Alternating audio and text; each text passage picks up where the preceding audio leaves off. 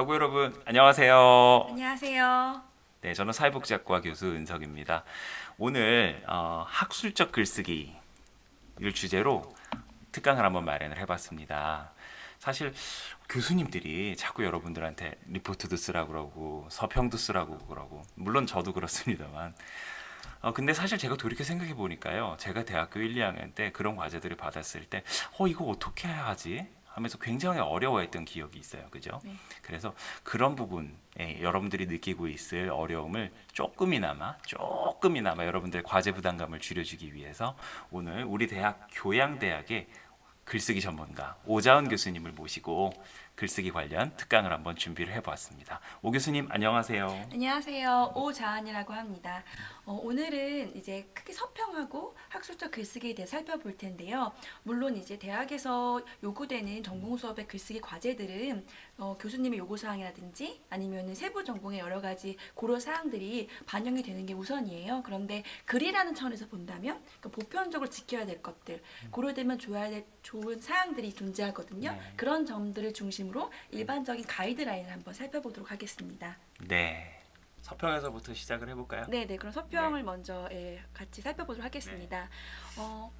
그 서평 과제가 우리가 대학 교양 수업에서 가장 많이 요구되는 과제라고 할 수가 있어요. 그래서 근데 막상 학생들이 많이 요구받는 과제치고는 그리고 많이 연습을 하는 과제치고는 사실은 서평이 뭔가에 대해서도 애매모호하게 학생들이 많이 어려움을 겪고 있는데요. 일단 정의부터 한번 짚고 넘어가 보도록 하겠습니다. 자, 서평이라고 한다면 자, 책을 평한다는 뜻이죠. 그러니까 그 해당 도서의 내용과 장단점, 의의 및 가치에 대해서 평가를 내리는 글입니다. 그러니까 그 책에 대한 정확한 소개, 그리고 객관적인 평가를 기본으로 해서 해당 책에 속한 분야에서 그 책이 갖는 의미와 가치를 염두에 두고 그리고 그 책의 내용과 가치를 객관적으로 서술하는 글이라고 할 수 있겠습니다. 네. 이 사실 서평이란 말하고 독후감이란 말이 네네. 잘 개념적으로 조금 뭐랄까요 명확치 않은 부분이 네네. 있는 것 같아요. 예, 예. 이 독후감과는 어떻게 서평이 다른 건가요? 학생들이 가장 많이 어려워하는 부분이 그 부분이고요. 대학에서의 글쓰기가 고등학교 때까지 글쓰기랑 구분되는 지점도 바로 그 부분이라고 할 수가 있습니다. 독후감. 그러니까 책을 읽고 난 다음에 감상을 쓰는 것이지요. 그러니까 자기가 느끼는 바를 쓰는 것이에요. 그럼 개인의 느낌은 사실은 뭐 어떤 걸 느끼던 개인의 자유이고 주관의 영역이 되는 것이지요. 좋다, 나쁘다, 뭐 깨닫게 되었다, 알게 되었다 이런 식의 감상을 말합니다. 그래서 독후감은 그냥 독자 자신이 그 책을 읽고 느낀 점에 대해서 어떤 특정한 형식 없이 예를 들어서 뭐 도입부라든지 매진 문단이라든지 이런 구성상의 고려 없이 수필처럼 자유롭게 쓸 수 있는 글이죠. 그래서 우리가 아까 말한 서평의 정의처럼 책에 대한 세부 정보 그리고 그 책의 객관적인 가치를 논하는 서평과는 구별되는 글이라고 할 수 있겠습니다. 우리가 네. 대학에서 요구받는 그런 글쓰기 장르는 독후감이라기보다는 평가를 내는 글, 비평하는 글에 더 가깝다고 할 수 있겠죠. 네, 그렇군요. 그러면 이제부터 이제 독후감과 서평을 우리가 분별한다는 그런 입장에서 봤을 때 서술상에서 어떤 부분들을 유의해야 되는지 좀 살펴보도록 하겠습니다. 이제 서평을 배우지 않고 학생들이 처음에 서평을 냈을 때 가장 많이 발견되는 문장 중 하나가 나는 이 책을 읽고 맞아요. 무언가를 알게 되었다, 깨닫게 되었다.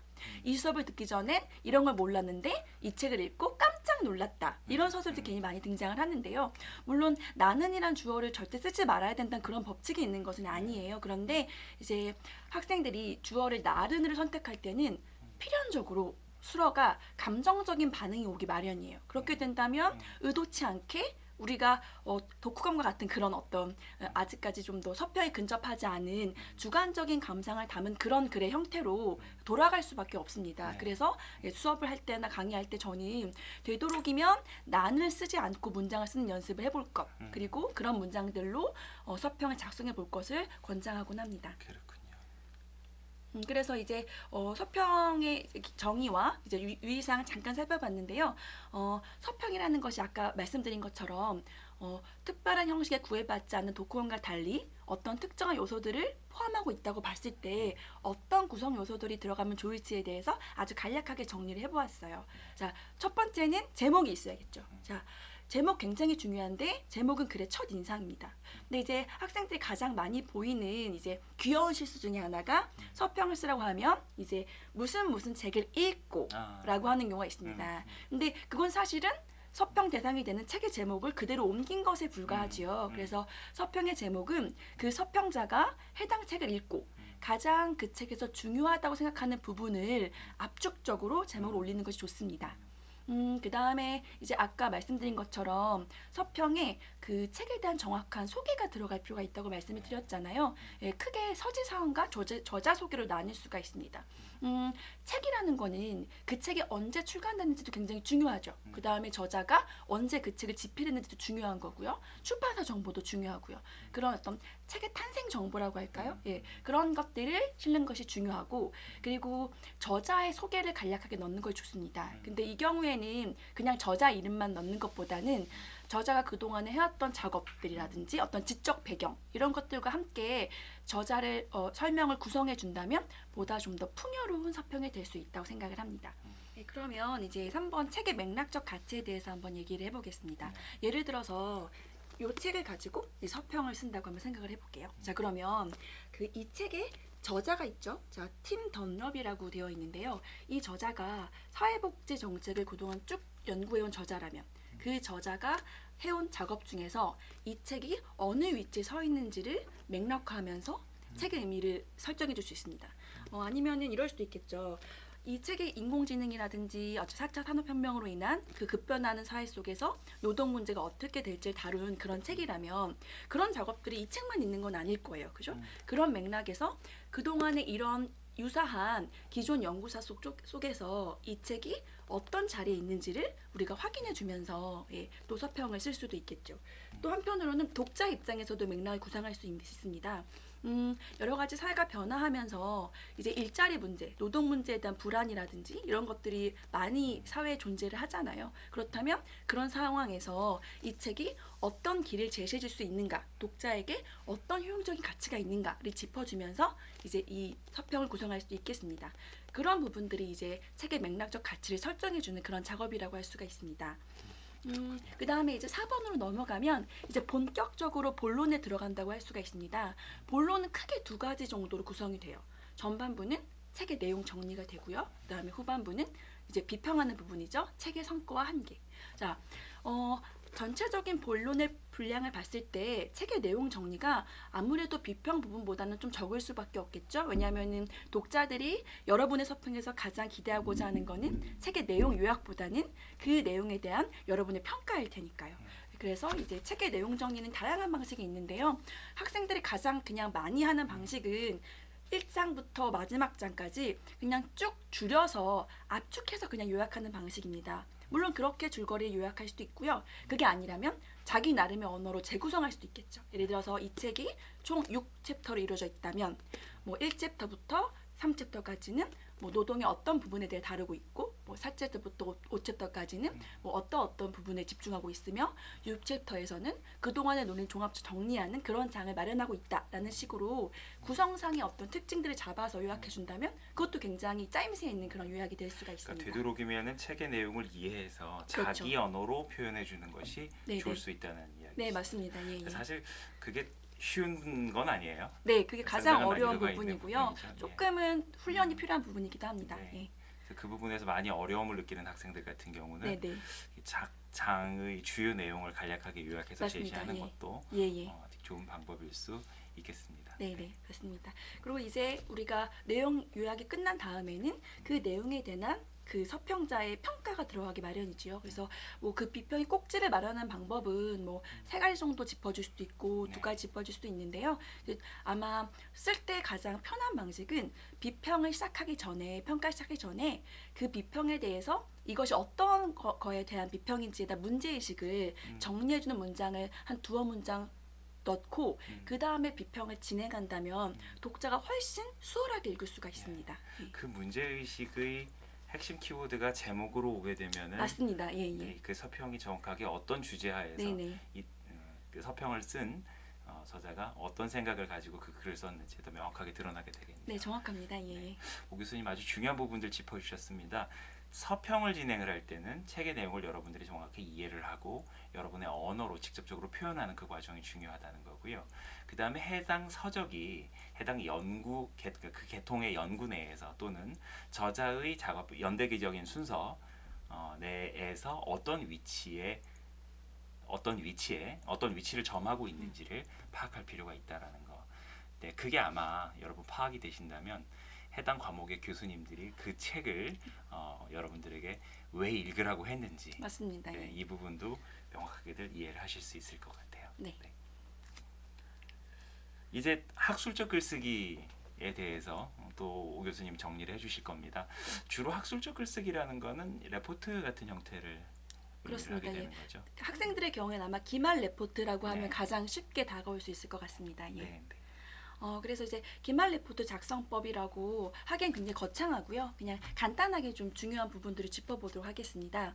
일단은 기말 레포트는 탐구하는 보고서에 가까운 것이죠. 그렇다면 주제를 잡는 방법이 굉장히 중요하다고 할 수 있습니다. 근데 저는 크게 세상의 연구 질문을 설정하는 방법은 두 가지가 있다고 생각을 합니다.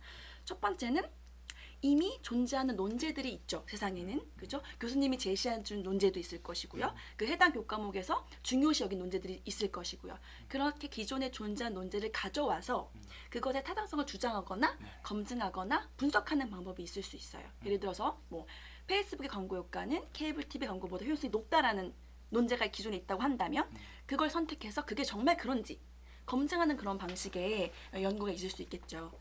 두 번째 방식은 조금 다른 거예요. 예를 들어서 아직 세상에 명확하게 존재하는 질문은 아니지만 스스로 그 질문을 발굴하고 논제화해서 분석하고 탐구하는 방법이 있을 수 있습니다. 예를 들어서 이제 페이스북을 예로 들었으니까 페이스북 친구의 친구는 진짜 친구인가? 그러면 SNS 시대의 친구는 무엇인가라는 질문을 설정한다면 사실은 이것은 기존에 존재하는 기성의 논제라기보다는 내가 궁금해서 새로 창안하고 발굴한 주제일 수 있겠죠. 그래서 대부분 교수님들께서 내주는 그 기말 보고서는 첫 번째는 두 번째 갈래에 속하게 되어 있습니다. 예, 그래서 이런 식으로 이제 학술적 글쓰기 주제를 만들 수 있다. 간략하게 한번 얘기를 해볼 수 있을 것 같고요. 지금 그 다음 슬라이드는 굉장히 여러분도 뭐 당연히 아는 부분을 제가 표를 만들었는데요. 예, 그럼에도 불구하고 제가 다시 한번 적어봤습니다. 서론, 본론, 결론의 구성을 갖게 돼 있죠. 흔히 우리 3단 구성이라고 네. 얘기를 많이 하잖아요. 그런데 조금 중요한 부분이 있습니다. 예를 들어서 학생들이 학술적 글쓰기 쓴다고 할 때 글쓰기를 가르치는 사람으로서 본론을 잘 쓰는 방법을 가르치기는 굉장히 어려워요. 왜냐하면 본론은 어떤 지식이라든지 직접 역량이라든지 열의, 성의, 사실은 탐구력 이런 것들이기 때문에 그거를 어떤 글쓰기 차원에서 만져주기는 굉장히 어려운 부분입니다. 그래서 오히려 우리가 학술적 글쓰기 구성이라든지 그 쓰는 방식에 대해서 배운다고 한다면 정확히 양식적인 특징을 갖고 있는 그런 부분, 예를 들어 서론, 결론 이런 부분에 대한 학습은 좀 확실히 할 수 있다고 생각을 합니다. 예. 네. 그래서 요 다음 장에는 이제 아마 그 서론과 결론의 구성 요소들에 대해서 좀 살펴보도록 할 건데요. 예, 지금 나왔습니다. 되게 간단한 내용들인데 제가 서론에 들어가면 좋을 이제 필수적인라고 말할 수 있는 요소들을 몇 개 적어봤습니다. 예를 들어서 말하면 조금 더 여러분 이해가 쉬울 것 같아요. 제가 아주 쉬운 예를 한번 생각을 해봤는데요. 요새 되게 인터넷에 먹방이 굉장히 유행을 하고 있잖아요. 예를 들어서 보니까 먹방 유튜버도 되게 인기라고 하고, 그 다음에 요새는 1인 개인 방송이 굉장히 많죠. 그런 1인 방송 하시는 분들이 굉장히 많은데, 살펴보면 먹방이 굉장히 높은 순위를 차지한다고 해요. 그런데 우리가 이 현상을 보고 우리가 질문을 만들 수 있겠죠. 예를 들어서 인간의 역사 속에서 먹는 행위라는 건, 저작 행위라는 거 우리가 그렇게 보여주진 않잖아요. 왜냐하면 그건 사생활의 영역이기 때문이에요. 그런데 그런 사생활의 영역이 굉장히 많은 시청자를 대상으로 하는 공공에 어떻게 노출되는 그런 아이템이 된 셈이잖아요. 그러면 이것은 통념으로서는 잘 설명해야 되지 않는 새로운 현상이죠. 예, 그런 새로운 현상이고, 그러면 그 이유는 뭘까까지 가는 게 사실은 우리 연구 질문의 배경 논의이자 문제 제기일 수 있습니다. 이렇게 서론을 보통 시작하게 되고요. 그러면 아직 이것까지로는 질문이 구체화된 건 아니에요. 자, 그러면 이런 배경을 가지고 우리가 정확히 질문을 구체화할 필요가 있습니다. 그러면 이런 어떤 먹방 유튜브라든지 먹방 방송이 유행하는 데에는 분명히 그걸 선호하는 대중의 심리가 있을 거예요. 그러면 그 대중의 심리의 이유에는 어떤 것들이 있을까? 한번 살펴보도록 하겠다. 라고 한다면 그것은 이제 구체적인 목적과 쟁점이 되겠죠. 이런 부분들이 손에 들어가야 되고요. 자, 그러면 우리가 배경 논리가 나왔고 그로부터 출발한 문제가 제기되었고 목적이 나왔다면 그 내 글의 목표를 내 글의 주제를 어떤 방식으로 수행했는지에 대한 설명이 필요합니다. 그 방법론이 필요한 것이죠. 그러면은 뭐 이제 전공 학생들의 경우에는 다양한 전공 그 과제를 수행하는 방법론들에 대한 지식이 이미 있을 것 같아요. 이제 저보다도 훨씬 더 많이 알고 계실 텐데요. 뭐 예를 들어서 뭐 인터뷰를 할 수도 있고 아니면은 뭐 우리 먹방 예를 든다면 뭐 유튜브 댓글을 분석할 수도 있고 이런 식의 어떤 내가 어떤 특정 방법을 사용해서 이 주제를 구체화했다, 검증했다라는 그 이야기가 토론에 들어갈 필요가 있습니다. 4번의 경우에는 약간 부가적인 건데요. 예를 들어서 전공 레포트의 경우에는 특정 개념어를 쓰는 경우가 있습니다. 이제 본론에서 그 개념어가 많이 사용되는 경우에는 글이라는 거는 독자와 저자의 공동의 지평이 형성이 돼야 되거든요. 그러려면 그 용어에 대한 이견이 있어서는 안 되겠지요. 그렇기 때문에 이러한 정의로서 내가 이 용어를 채택했다라는 개념 정리가 서론에 들어갈 필요가 있습니다. 이게 개념을 쓰게 되는 경우예요. 예, 그래서 그런 요소들이 서론에 들어갈 필요가 있다는 걸 염두에 두고 서론을 구성하시면 조금 더 수월하지 않을까라는 생각이 듭니다.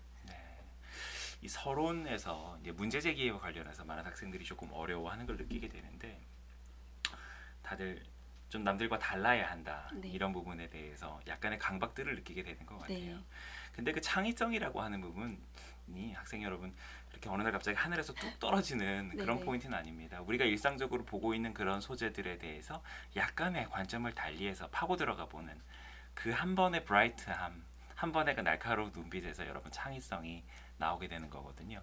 이 먹방에 대해서도 그래요. 먹방에 대해서 접근해가는 여러 가지 방식들이 있을 수 있습니다만 그거에 대해서 여러분들이 조금 더 시간을 할애하고 그것에 조금 더 여러분들이 관심을 갖고 들여다보다 보면 어느 순간 아 하고 영감이 인사이트가 오는 부분이 있을 것 같아요. 네.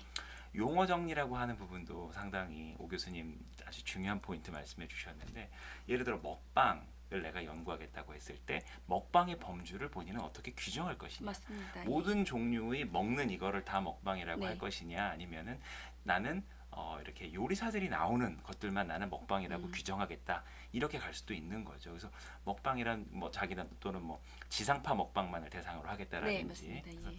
이런 방식으로 본인들이 관심을 갖고 들여다보게 되는 대상을 한정하는 것 네. 역시 그렇게 연구 대상을 한정하는 것 역시 좋은 레포트를 쓰게 되는 데 있어서 핵심적 요소라고 말할 수가 있겠습니다. 네, 맞습니다. 그 다음에 이제 결론으로 넘어가겠습니다.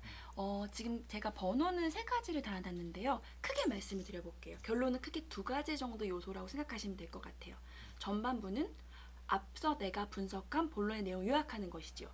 자, 우리가 글을 쓸 때는 나는 글을 굉장히 열심히 쓰고 있기 때문에 독자도 내 글을 굉장히 열심히 읽을 거라고 생각하기 쉽지만 사실은 그렇지 않거든요. 그래서 독자가 글을 더 쉽게 읽을 수 있도록 가독성을 높여주기 위해서는 결론부에 앞서 내가 분석한 내용을 간단하게 한번 다시 짚어주는 것이 굉장히 좋습니다. 그러면 독자 입장에서는 다시 한번 그 내용을 검토하게 되는 것이니까 그 글에 대한 정돈돼 있다는 그런 인상을 받을 수가 있습니다. 자, 그러면 결론의 전반부가 앞서 내가 분석한 내용의 요약이라면 후반부는 어떤 것들이 와야 될까요? 의미화하는 작업이 와야 됩니다. 의미화하는 작업. 근데 이렇게 얘기하면 어떤 의미요? 라고 학생들이 많이 물어보게 돼요. 근데 저는 아주 전형적으로 몇 가지 방식을 얘기를 하긴 합니다. 예를 들어서 내가 본론에 이런 주장을 했다면 그런 주장이 얼마나 가치가 있는 것인지 내가 다시 부연하면서 강조하면서 끝날 수도 있습니다. 또 다른 방식으로는 어떤 연구든지 한 번에 모든 걸 다 만족할 수는 없기 때문에 이런 해당 주제로 연구를 했을 때 내가 여기까지 살펴보았는데 아직 미처 다루지 못한 남는 문제들이 있다면 그런 남는 문제들을 설명하면서 끝날 수도 있고요. 아니면 해당 연구 주제가 꼭 필요한 주제다는 확신이 든다면 이러한 주제로 향후 앞으로 어떻게 연구가 진행되면 좋을지에 대해서 전망을 제시하거나 재현을 하면서 끝나는 방식도 가능합니다. 그래서 의미화를 구성하는 방식은 여러분이 결론을 여러 번 쓰다 보면 자기 나름의 익숙한 방식들이 생길 수가 있어요. 그런 부분들, 그런 자기 나름의 매뉴얼 같은 것들을 개발하는 것도 굉장히 중요하다고 생각을 합니다. 예. 결론 부분의 의미화라는 아주 잘 결론의 특징을 지금 오 교수님이 이렇게 설명을 해주셨는데 학생들의 과제를 채점할 때 다만 이제 제가 한 가지 부탁드리고 싶은 건 뭐냐면 의미와 과정이 앞에서 논의해왔던 서론, 본론, 특히 이제 문제 제기했던 포인트에서 너무 벗어나면 안 됩니다. 갑자기 결론에 와가지고 날개를 달고 하늘로 날아가 버리면 안 되거든요. 네. 먹방에 대해서 썼는데 음식이 갑자기 하늘로 튀어오르면 되겠습니까? 그죠?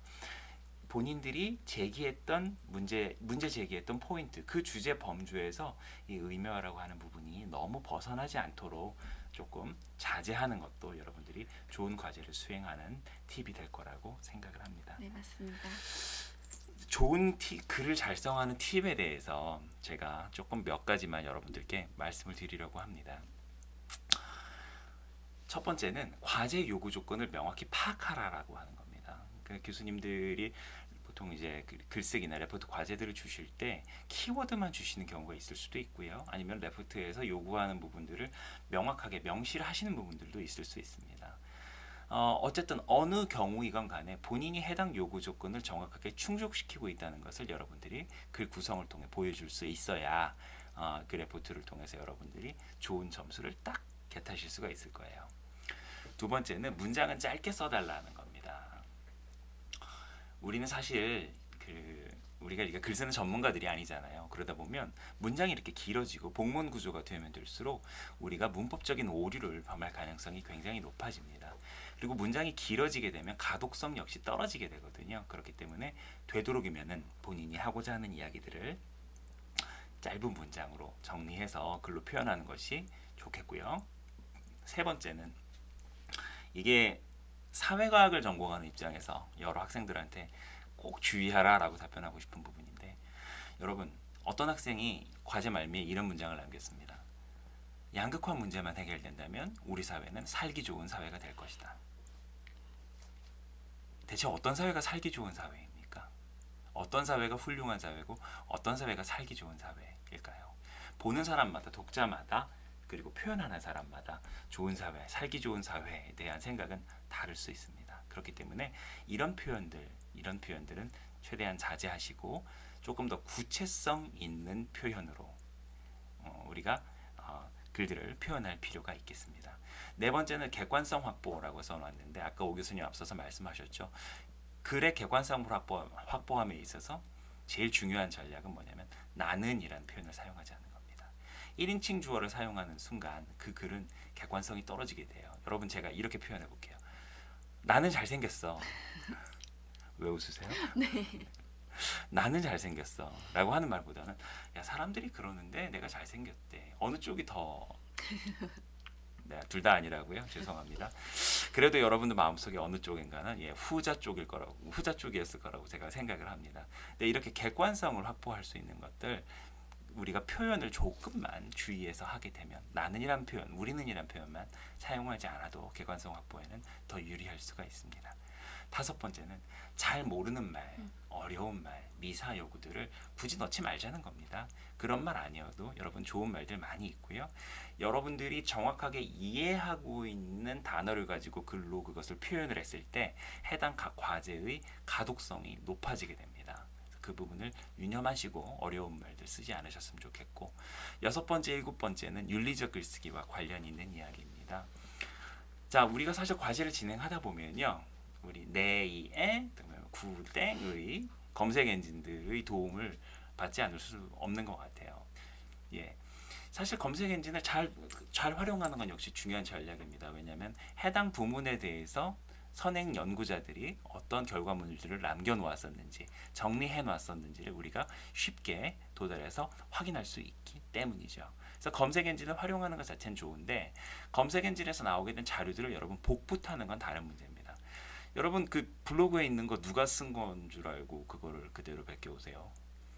지금 제가 학생들 과제 이렇게 보다 보면 그런 경우도 있어요. 중고등학생들이 봉사활동의 일환으로 어떤 정책 소개 이런 것들 정리해 놓은 블로그들, 정책 홍보단 이런 거 하면서 그런 자료들을 우리 대학생인데 그러면 되겠습니까? 그죠? 블로그와 같은 또 어떤 홈페이지에 있는 게시물들 같은 경우는 출처나 저자가 명확치 않은 경우가 많습니다. 이런 자료들은 인용함에 있어서 여러분 아주 주의하셔야 되고요. 또 하나, 인터넷을 통해서 여러분들이 얻은 자료들 또는 다른 선행 연구 문헌들을 검토해서 그것을 과제로 가지고 올 때 연속해서 5단어 이상을 그대로 긁어와서 붙이게 되는 행위는 여러분 연구 부정 행위에 해당이 되게 됩니다. 나중에 여러분들 다 청문회 나가실 거잖아요. 그죠? 청문회 나갔었는데 대학생 때 썼던 리포트에 이거 연구 부정했다고 이런 게 문제되면 되겠습니까? 그죠? 그런 부분들 여러분 주의하고 유념하셔서 윤리적 글쓰기라고 하는 부분도 우리 일찍부터 연습해서 윤리적인 사람이 되어보도록 합시다. 네. 네, 이로써 오늘 서평과 학술적 글쓰기 특강을 마무리를 하려고 합니다. 오 교수님 오늘 어떠셨어요?